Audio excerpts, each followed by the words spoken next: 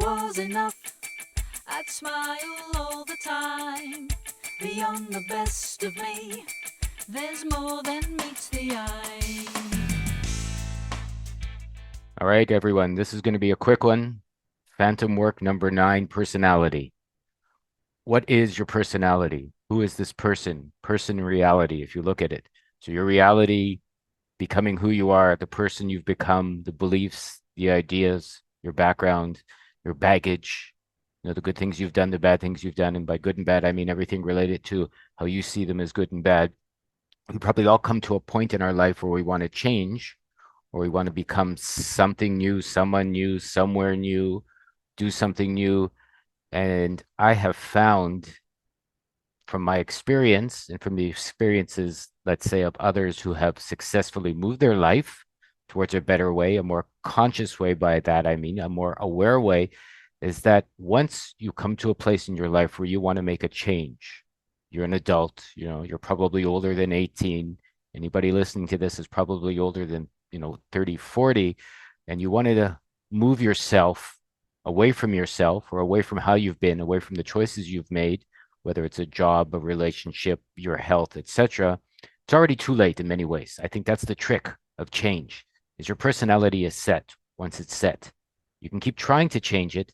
And this is where the success or the failure I have found for myself becomes real or not. And that I know I'm already who I am. Doesn't matter what I do, doesn't matter where I go, doesn't matter how I am. I'm still who I am. I'm still Lorenzo. I'm still the man I was in many ways 30, 40, 50 years ago. The only difference being is I'm aware of my good points and my bad points, how I see my good points and bad points. I'm aware of what works for me and what doesn't work for me. I'm aware of what choices I've made have brought me to a place that I'm not happy with in relation to how I'm deciding I'm happy or not happy, not anyone else. This isn't something even anyone can help you with, because to get to the deep core and the intimacy of who you are and how you are and where you are, only you can do that for yourself, right? Only you can figure out the ins and outs, the deep, deep, deep, deep, deep, and then go 5 more times deep explanations and explorations and understandings of who you are and why you are and how you got here. You may have to go back to your first breath. Some people believe you may have to go back to previous lives. I'm not sure. But if you get a full understanding, an overall understanding of who you are, then you can understand the topic of this conversation, phantom work personality, and that your personality is like a limb that gets chopped off. Let's say it's always going to haunt you. That's what a phantom is. Ooh, like a ghost that follows you around. It's always going to try and inform what's going on. If you lost a limb, they say you feel it forever, right? Maybe you've had a deep love in your life, someone you were married to, and you were with them for 5 years, 10 years, 4 years, and they're not with you anymore. Maybe they've died, maybe they've moved along, maybe they found someone else, maybe you found someone else. You're still going to feel them, right? You would be dead, or you would have to be dead. And even then, maybe you still do, to not feel your first love. If you've made some children, those sorts of relationships, they've all become part of your personality, of who you are, of who you am all the time, in every way. What I'm really getting at is, even if you move away, even if you're going to change, that's still going to follow you. And if you deny it, you're going to fall trap, or you're going to fall into the trap of your personality, of who you were. But if you don't deny it, as an example, I used to eat too much quite a bit when I was younger, right, in my early teens, right, and in beyond that, and even before that, probably. So for, let's say, a dozen years, I overate, I ate too much sugar, I ate too many snacks. I'm much older now. I don't do that any longer, but it still haunts me. I still hear at the back of my mind when I walk by a bakery, let's say, go in and get that extra chocolate cake, go in and have the extra ice cream. It's okay, if you're feeling sad, to indulge in a donut. It never goes away for me. It still haunts me. It's still like a phantom limb. I just don't listen anymore. It says, go get the donut. I laugh at the phantom, right? Go have some extra chocolate cake. I touch my stomach and I go, well, I don't really need it. This is how I deal with that. The same to someone, let's say, that used to drink a lot, right? And you have stress. Almost the first thing you will hear is, well, you have stress, go have a drink, go have a beer, whatever. But if you're aware of the fact that once your personality is set, it never changes, you can still act accordingly. There's a new you by becoming a new you, by making a new you, because you're taking the totality, you're letting everything you are inform who you are. So on a conscious level, you're moving beyond that. So if you had a habit, if you had six habits, if you had many ways of being, doesn't matter how you learned, how you came across your belief system, what religion you were raised in, or what, whether you were a man or a woman, or you were raised poor or rich, if you have come to a place in your life where you want to make a change and you want to change your personality, person, reality, personality, you put them together, you want to change your reality, you have to, in my opinion, see that that person is still you. Wherever you go, there you are, as they say. So I am I, and I am always going to be I.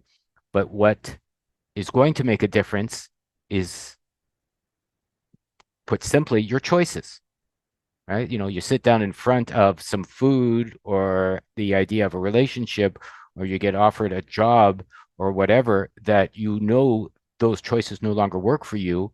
You're still going to have that voice that says yes, yes, yes, yes, yes, because you've agreed to that voice. Maybe it was a year ago, maybe it was 50 years ago, right? You did choose a bad relationship. You did choose a poor job. You did choose a poor diet. You did choose, poor health, uh, a poor healthy lifestyle for whatever reason. You did get angry when that little voice inside said get angry. You did get sad. You did say, you can do it or you can't do it. Again, it doesn't matter. All of these things are who you are. They are your personality. And they will probably, if my experience is for me anyways, haunt you all the time. Now, the more I make choices that I'm aware of, as an example, I don't eat bad food anymore. I don't eat lots of sugar like I used to.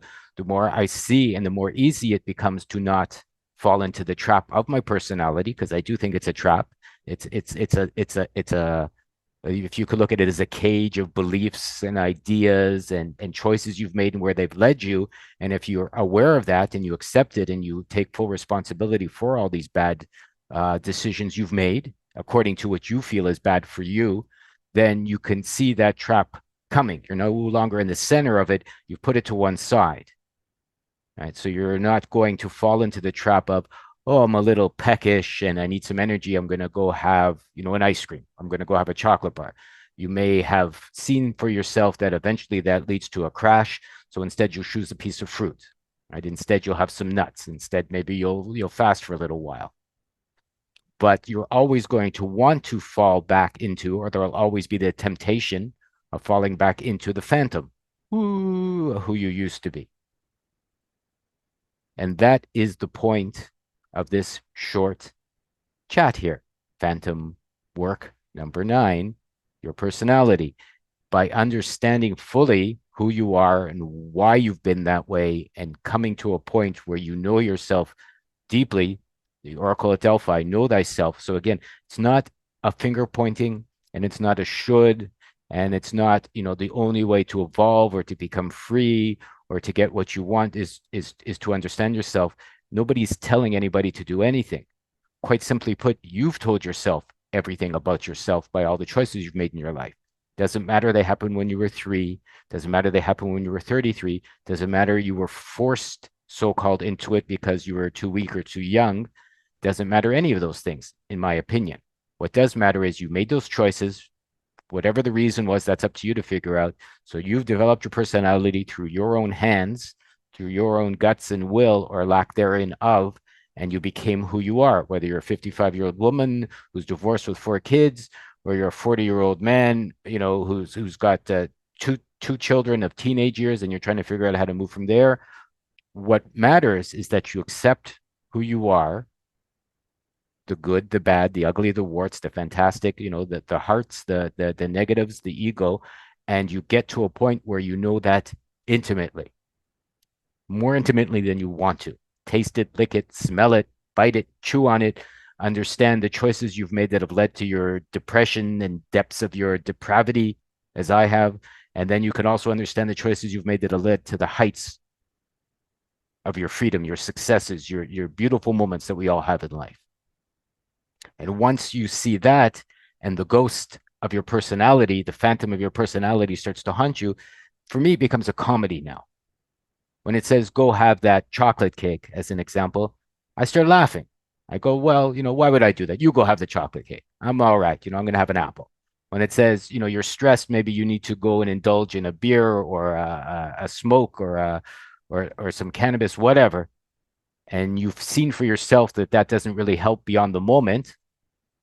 Let's say it's a temporary bomb, and then later on there's more challenges, as I've seen. Then you laugh at that. It says, go have a drink. No, thank you. Are some people going to think you're crazy? Maybe you're talking to yourself. Maybe you are. But I feel really the only choice there is in this life in many ways, even if you talk to 1,000 people every day, you're always only talking to yourself. You're always only creating your own reality. You're always making yourself new or old. You're always going up or down by your own choices, your own responsibility, your own ways of being you. Right? You want a new now, you have to make a new now. You want to be new, you have to make yourself new. The trick, though, is understanding you never really are new. That's the funny thing. You are and you're not. I mean, that's the difference, I think, in living in this third dimensional physical reality. Maybe when you're higher and you're in the spiritual realm, you have the full potential of everything. But when you came down here and you like dropped your energy into this body, into this life, and you started living in it, you still made many choices, whether you've been alive 30 years or 130 years, you still came to who and how and where you are by your own decisions, by your own choices. There might be many reasons. There might be 1,000 reasons. There might be monetary. There might be health related. There might be, whether you're masculine or feminine or whatever related and how you got there. There might have been, why you chose to have the ideas and beliefs you did by watching movies, by listening to your parents, by your religion, by your friends, by your own hands, by your schooling. All of these things have messed me up as well. I'm in the same boat as everybody. I went to the same schools. I watched the same movies. I had access to the same bad foods. I had access to the same indulgences, et cetera, et cetera, et cetera, et cetera, et cetera. And I chose them all at one point or another. So then I had to unchoose them all at one point or another. Do I still want them? Of course. Do I still have a little bit of a niggling for these indulgences? I sure do. But then I laugh at myself. I take it. One of the best books I ever read was called Fuck Yes. I highly recommend it. So you would see how to say yes to everything. Should I have this cake? Well, sure, I could have this cake, but if I have this cake, then my stomach's going to hurt. So that's saying yes to the cake. Yes, if I had it, this would happen. Instead of, no, no, I shouldn't. You go, well, yes, if I have this cake, then I'm going to have a stomach ache. So I will choose something else. Right. So you're looking at the yes of everything. Like, well, will you do this job for me? Yes, I'll do this job for you, but then I'll do a poor job of it. You could tell someone if they ask you, let's say, to do something you don't want to do anymore. And so you're just being honest. And that is the key. Understanding who you are, why you are, where you want to go, being honest with yourself, being honest with your strong points, being honest with your negative points, being honest where you're weak, being honest where you want to go, being honest where you have gone, being honest with yourself where you haven't gone, being honest where you want to go, and then understanding that it's going to be a challenge to get somewhere new because your personality, like a ball and chain in some ways, is going to follow you, but maybe the personality ball will be made of heavy cast iron for the first little while, hard to drag, but maybe as you stop listening to it, eventually you'll be just dragging a bubble along, if you like. So this bubble will be floating along, a balloon full of helium, full of your old choices, mostly full of hot air. If you're going to be honest with yourself, all of the bad choices I've made, I was full of the dark winds of my poor choices in life.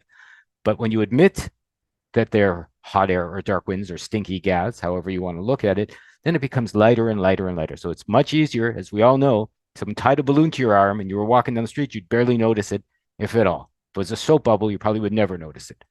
If it's a cast iron ball and chain, as big as a pumpkin, of course you're going to notice it. So I would say that's a good way to imagine the difference. Are you haunted, by a cast iron pumpkin? Are you haunted by a soap bubble? It really doesn't matter how you want to look at it, but what really is important is understanding your personality is you. You're always going to be you. And that's the beauty of being here. You get to be you. And if you want to make a new you, have a new now, that's fine. But always you will have had those experiences you had. You can't change them. You came to where you are where you are, you've had your experiences. That's it. You don't want to listen to them anymore. Great. You don't want to be in that relationship, that job, that healthy regimen or unhealthy regimen. Fantastic, beautiful, and amazing.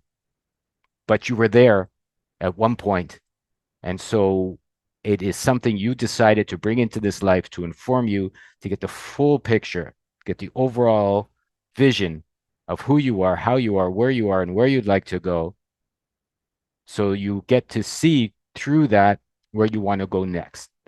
In my understanding, it's why we made the bad choices. So that if you're sitting in front, I'll go back to the chocolate cake, and you've never had a chocolate cake, it looks good, you go eat it. Maybe you'll have three chocolate cakes, you'll get the stomach ache. So maybe when you're 50, 60, it's not a good idea. But if you've done that so many times in your 20s, you won't do it again. So if you hadn't made the mistake, you can't be successful at not making the choice, right? You have to fall down to get up. Really that simple, and understanding your phantom, your personality, who you are. Take full stock, proudly, I might add, of the good, the bad, and the ugly. Stand up. Oh, I'm so happy I made all those mistakes. I'm delighted I had these crazy relationships. I'm so proud of myself for choosing the job that didn't work out for me. Yay. Because now I can see it's not working for me. I don't want to do it again. You may want to, but that's the phantom. That's the voice. That's what you're haunted from. You might be haunted from past relationships. You might be haunted from children you've made. You may be haunted from your parents. You could be haunted from your religion. You could be haunted from having bad, personal, sexy things, one way or the other, whether you chose them, or they chose you, let's say. I've been through all of them in many ways. I've listened to that bad voice and I've had horrible experiences. I've also had wonderful experiences. And as I'm sitting here right now, I make the conscious choice of only going for my own wonderful experiences because I let my personality, my old experiences inform me. And then I can go beyond that. I can jump out of that. There's always the chance I'll fall back in, but because I know it's there, I can move along. There we go. Haunted by your personality. Phantom work number 9. It's always going to be there. It's up to you to take stock. I strongly recommend a recapitulation. I recommend it to anyone that wants to change. Really, that is a reviewing of your life so you can see the choices you've made that work, the choices you made that haven't worked. Is it hard? Who wants to go back and remember the bad things they did in their teens, or the bad relationships, or to live through the fights, or the horrible depths of depression? Probably nobody is going, oh my goodness, I can hardly wait to experience those again. On the other hand, if you bury them, if you hide them, they fester and then they rot. And then, like something that's been in your guts for 30 years until it, blocks your intestines or gives you cancer or whatever, you put it there. You had that relationship. If you don't get it out, it's going to poison you. It's going to infect you. It's going to reflect you. It's going to do all of these things until you decide to cleanse yourself, to detox. A recapitulation, in my opinion, is a detoxification of your own life, of how you've been, who you've been, where you've been, and why you've been. And by accepting that, the good, the bad, the ugly, once again, the warts, and I'm going to put myself right there. I've done horrible things to myself and others in life. I've been mean. I've been a bastard. I've been egotistical. I've been stupid, made poor choices by the millions. But because I can see I've done that, and I still do sometimes, I less and less make the stupid choices for myself because I know they're coming. I want to argue all the time with everybody, right? I want to fight. I want to have bad. I want to sleep in, etc.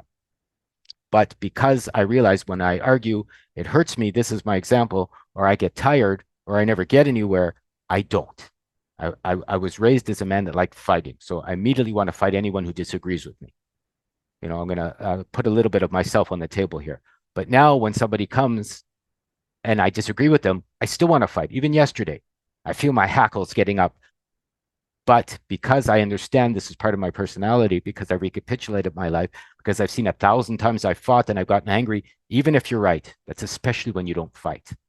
Let's say 1,000% you're right about a situation. You just know something's unhealthy.